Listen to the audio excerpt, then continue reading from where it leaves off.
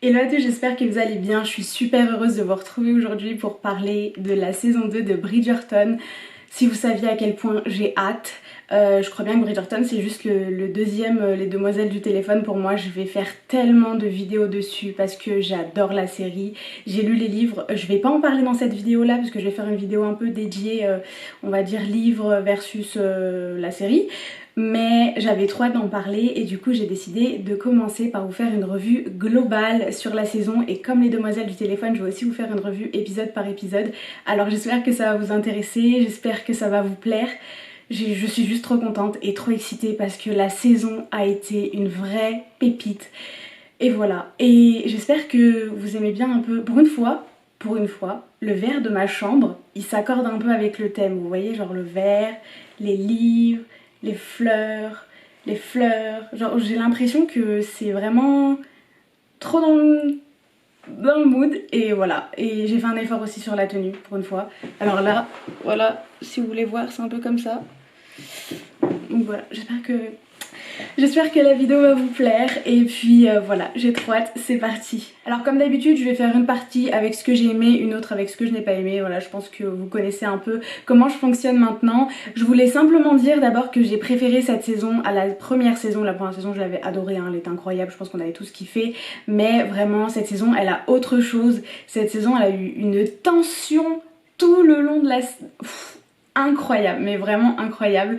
Donc voilà, j'ai préféré vraiment la saison 2. D'ailleurs, mon premier point dans ce que j'ai aimé, ça a été ça, cette tension, cette alchimie entre les acteurs. Alors je sais pas qui est le directeur de casting, mais merci. Ça fait longtemps que j'avais pas vu ça entre deux acteurs. On sait qu'ils sont très très bons amis dans la vraie vie. Je sais pas si c'est ça qui fait leur alchimie, mais c'était incroyable. Je pense qu'on l'a tous remarqué.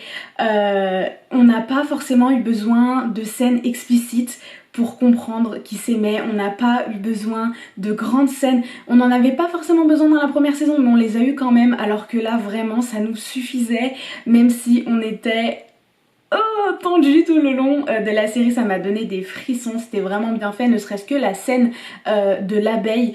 Il n'y a pas de mots quand elle se fait piquer, c'est juste de la peur, on voit dans leurs yeux, leur jeu avec les mains, etc. Vraiment incroyable. La deuxième chose que j'ai beaucoup aimé, ça a été les ajouts sur la culture indienne.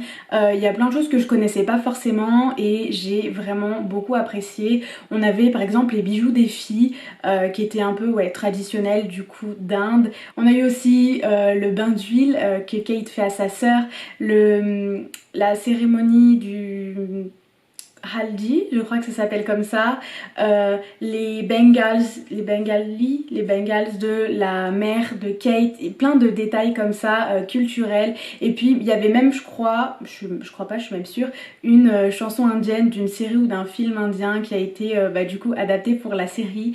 Et vraiment c'était une petite touche que j'ai beaucoup aimé. Dedans la série déjà il y a beaucoup de mixité, il y a beaucoup de représentation surtout. Et là ça fait vraiment plaisir de voir un personnage principal féminin autre que blanc.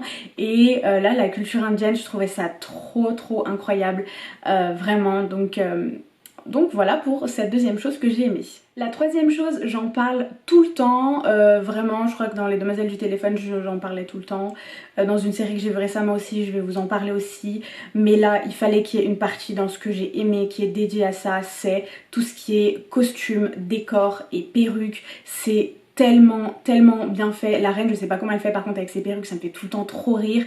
Là Kate elle avait une perruque aussi, ça se voit pratiquement pas, c'est vraiment super bien fait. Les tenues, alors là, chaque personnage a sa palette de couleurs. Là, demain, si on me montre, et je pense à beaucoup d'entre nous, si on nous montre une tenue sans nous montrer le personnage, on saura qui c'est, puisque chaque personnage a son style. Lady Danbury, c'est toujours 50 nuances de rouge, rouge foncé, rouge clair, rouge pétant, rouge sang, rouge tout ce que vous voulez, c'est 50 nuances de rouge. Benedict avec son nœud pape, mais sur le côté. Voilà, Kate c'était des couleurs un peu plus foncées, contre sa sœur des couleurs beaucoup plus claires. Il n'y a que des choses comme ça, j'aime trop. Il y a aussi un truc qui m'est resté en tête, c'était pendant la partie de Pai Mai, les garçons, donc Benedict, Colin et Anthony, ils avaient des chemises, c'était trop beau, genre j'ai vraiment trop aimé Déjà voilà, moi quand on me fait un peu des séries d'époque comme ça et qu'on met des costumes qui vont avec, j'adore ça. Mais là, il y avait du peps, c'était pas fade. Il y a juste un truc, à un moment donné dans l'épisode 3, il y a Bénédicte qui porte une chemise avec plein d'abeilles. Il n'y a pas à faire ça en fait. Quand on connaît l'histoire de son père et de comment il est mort et tout, enfin pourquoi tu fais ça, tu te fais du mal ou... Elle est très belle hein, mais enfin, j'ai trouvé ça un peu bizarre quand même. J'aime aussi qu'on ait parlé des responsabilités des grands frères, grandes sœurs, en l'occurrence pour Kate et Anthony. Anthony il a été traumatisé, il a eu des responsabilités beaucoup trop tôt, tout comme Kate qui a eu des responsabilités beaucoup trop tôt parce qu'en fait ils se sont tous les deux retrouvés à remplacer un parent, ce qu'ils n'auraient pas dû faire. Et j'ai aimé aussi d'ailleurs que les mères l'admettent un peu plus tard dans la saison, que oui, elles se sont effondrées à la mort de leur mari et que du coup leur premier-né a servi de remplacement. Et voilà, ça m'a touchée. Ça m'a touchée qu'on parle de ça parce que en soi oui vas-y c'est une série romantique, tout ce que tu veux etc. Mais c'est quelque chose auquel on peut se... je sais même pas comment on peut dire mais on peut se sentir représenté même si c'est voilà c'est une histoire d'époque etc hein, comme je dis. Mais ce rôle là, et c'est pas que dans les familles indiennes ou dans les familles... Ben là c'est toujours... quelque chose qui arrive, qui peut arriver et qui m'a touchée, ça m'a vraiment touchée qu'on en parle parce que bah on voit et surtout à un moment donné à la fin, enfin pas à la fin mais Daphné elle en parle à son frère et puis elle lui dit en fait t'as pris tellement toutes les responsabilités, t'as pris toutes les décisions pour nous et c'est bien hein, mais du coup aujourd'hui bah t'as pas ta vie, tu sais pas qui t'es et on va y arriver. Et tu nous détestes pour ça, nous tes frères et sœurs. Et voilà, en fait, il n'y avait pas forcément le choix, c'était pas de leur faute, ils ont pris le rôle qu'ils avaient à prendre, mais franchement, j'ai beaucoup aimé qu'on parle de ça. Autre chose que j'ai trop aimé, ça a été les petites références à Orgueil et Préjugés. J'ai vu plein de TikTok par rapport à ça avec les scènes de la série et les scènes du film Orgueil et Préjugés. Franchement c'était trop bien, genre leurs mains qui se touchent presque mais qui se touchent pas, la pluie, voilà les déclarations. Moi je suis une fan incontestée d'amour et d'histoires d'amour et de films romantiques et de séries romantiques et là vraiment mais j'ai été servie, mais si vous savez combien de fois je vais regarder cette série, incroyable. Encore une fois, comme pour la saison 1, j'ai adoré l'ajout des musiques et des musiques modernes. Ça a toujours un sens, ça va toujours avec la scène.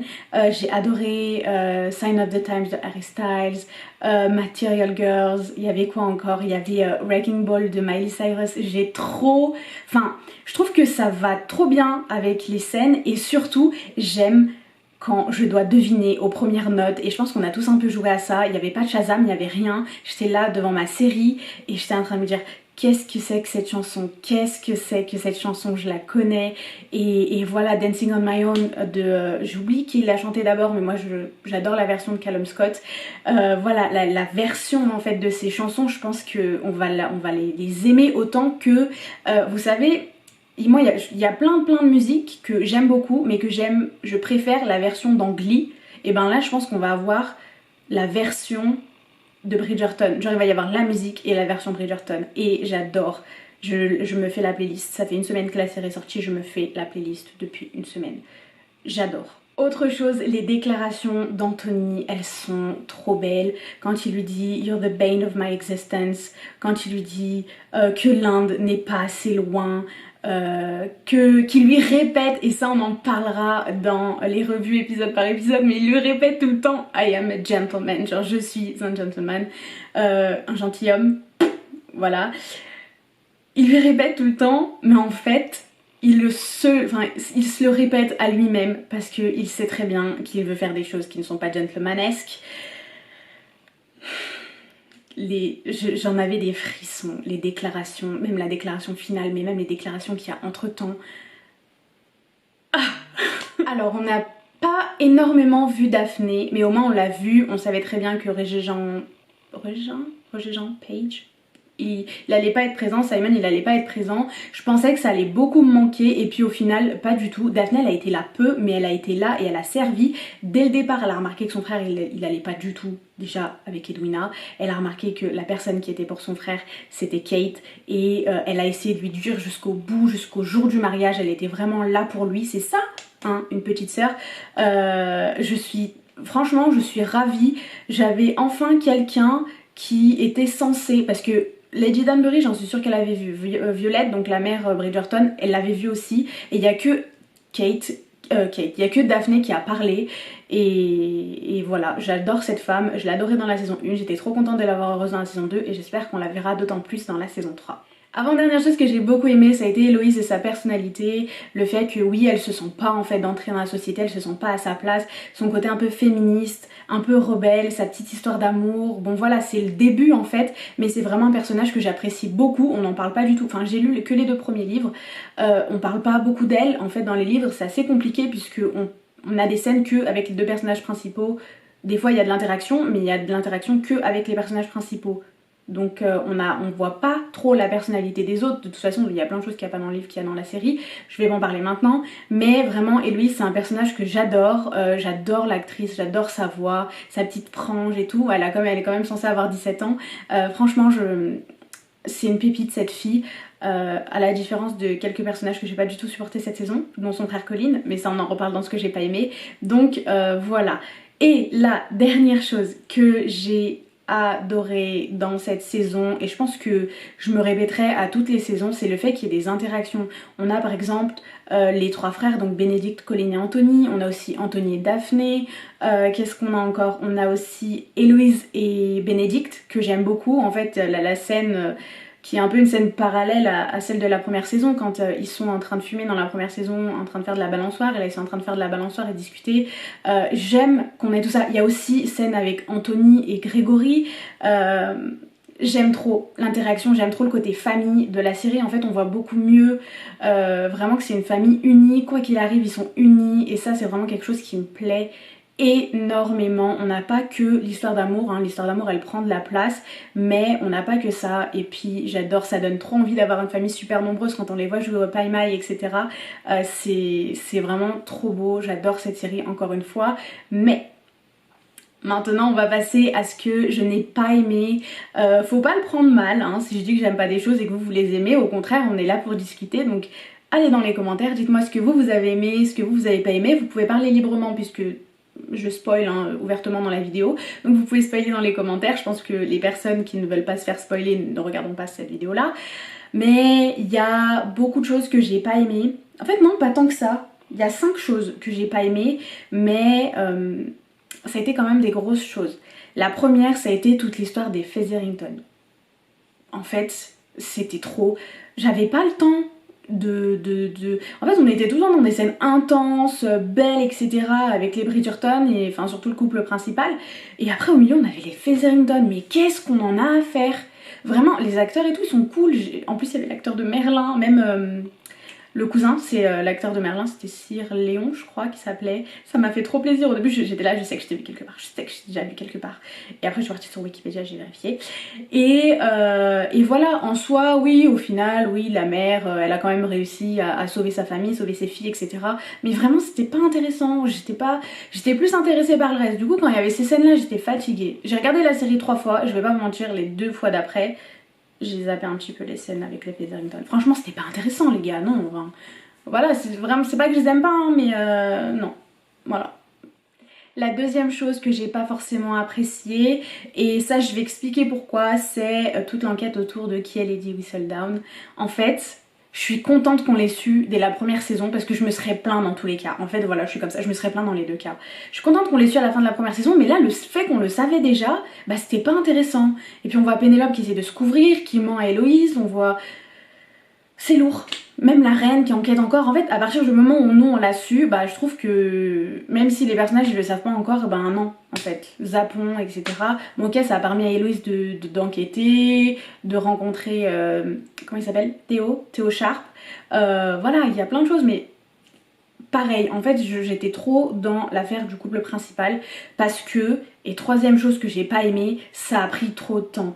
Dans l'épisode 6, on a eu le premier bisou dans l'épisode 6, sur 8 épisodes, et on ne les a pas vus heureux jusqu'au dernier épisode, parce que je vous rappelle quand même que début de l'épisode 8, soit dernier épisode de la saison, elle est dans le coma depuis une semaine, donc il n'y a pas eu de happy ending au moins un épisode quoi. On a eu 10 minutes de joie, 10 minutes de joie. On a eu 7 heures de tristesse, de tension, de passion, de tout ce que vous voulez pour 10 minutes de joie. Alors je sais qu'on va les voir dans la saison 3, que ça va pas être comme Daphné et Simon, puisque Simon, l'acteur qui joue Simon, il voulait pas revenir, alors que là les acteurs veulent revenir. Et il y a plein de choses qui font qu'on sait qu'ils vont revenir dans la saison 3, déjà ça a été confirmé, et on n'a pas eu le 10 ans plus tard qu'ils auraient dû avoir dans le prologue, et voilà, mais ça a mis du temps, et en fait ce qui a fait durer ça, ça a été une autre chose que j'ai, mais alors la détesté les gars, mais détesté, vous savez, c'est le triangle amoureux. Et il y a quelqu'un sur TikTok, quand j'ai dit que j'avais pas aimé le triangle amoureux, qui m'a dit ouais mais on l'acceptait bien dans Vampire Diaries, etc. Et c'est vrai que j'en ai parlé hier soir avec ma meilleure amie, enfin 2h du matin c'est tenu avec ma meilleure amie. C'est pas pareil. Non. J'ai un petit problème de caméra. Je disais, j'en ai parlé cette nuit avec ma meilleure amie et on se disait, je sais pas, c'est pas pareil. On avait accepté tout le triangle amoureux avec Stephen, Damon et Lena, tout comme on avait accepté celui avec Bash, Francis et Marie dans Règne. Mais là, non. Là, j'étais pas... Vous êtes un peu trop haut, non? Là, ça va? Là, j'étais pas... Non. Surtout qu'en fait, il y a un truc que j'ai pas du tout aimé. Et après, bon, ça, j'en reparlerai beaucoup dans le livre contre série. C'était le fait que Edwina a des sentiments pour lui. Non, non, non, non, non, non, non. On veut pas de ça. Elle a eu des sentiments, c'est parti trop loin. Encore une fois, je dis que ça a duré en longueur, c'est parti trop loin. Les fiançailles, la demande en mariage, les fiançailles, le mariage. Le mariage. Attendez, on n'a même pas eu de vrai mariage pour eux, c'est un autre truc que j'ai pas aimé, on n'a pas eu de vrai mariage, on a eu un saut dans le temps de quelques semaines, mais on a eu un mariage pour sa sœur. Non, bah non, non.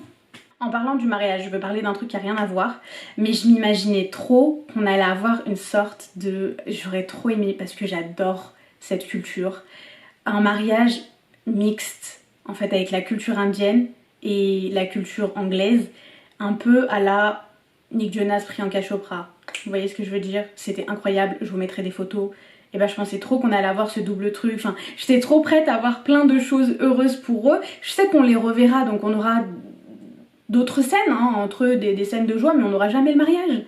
Et ça m'a trop brisé le cœur parce que je m'attendais pas à un mariage géant ou quoi que ce soit, parce que, désolée, mais je parle quand même un peu du livre, que même dans le livre, ils ont un petit mariage en famille à Bridgerton House, mais là, on n'a pas eu et j'étais pas contente parce qu'on méritait quand même. Après toute la souffrance, toute la tension qu'on a eu tout le long, je suis désolée, mais on méritait mais 1000 fois.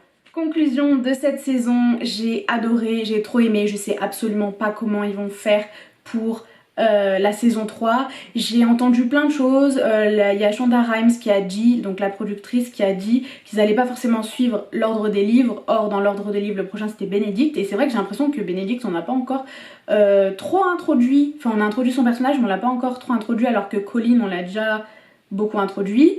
Le problème c'est que Colin, en ce moment, là, je l'aime pas. Là, je l'aime pas, là, il a fait le connard et il a été chiant toute la saison à friendzoner Pénélope. Et oui, non, mais je veux revoir Miss Thompson, là, Lady Crane, etc. Je suis pas prête à revoir Colin. Donc je sais pas comment ils vont faire pour nous teaser, nous donner envie de regarder la saison... Non, je mens. Je mens comment ils vont faire pour nous faire regarder, nous donner envie de regarder la saison 3, mais bien sûr que je vais la regarder. Bien sûr que je vais la regarder, ne serait-ce que pour les scènes avec Anthony et Kate.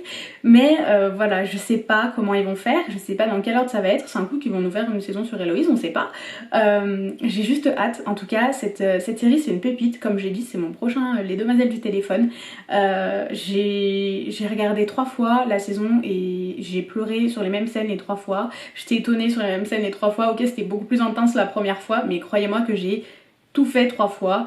Et voilà, en plus de ça, voilà, si vous voulez lire les livres en attendant, ils sont géniaux. C'est pas du tout la même chose. Je reparlerai dans la vidéo suivante. C'est pas du tout la même chose, mais au final j'ai l'impression que les histoires se complètent. Genre j'étais pas du tout déçue en tant que lectrice de livres. Donc voilà. J'espère vraiment que cette vidéo vous a plu. J'ai 25 minutes de rush. Je sais pas comment je fais pour parler autant à chaque fois, mais là je crois que ça se sent, que je suis trop excitée, que j'aime trop cette série et que j'ai trop hâte d'avoir la suite. Je pense que je vais me refaire la série, je vais peut-être me finir les livres hein, qui sont là. Hein. D'ailleurs j'ai pas fini, j'ai lu que le premier et le deuxième. Et voilà. Voilà, c'est tout. J'espère que cette vidéo vous a plu. Donnez-moi votre avis dans les commentaires. En attendant de vous retrouver dans une vidéo très prochainement, si ce n'est pas le même jour d'ailleurs, parce que j'ai trop de contenu sur les Bridgerton, donc je pense que je vais tout sortir en même temps. Je vous fais d'énormes bisous et je vous dis à bientôt. Bye bye.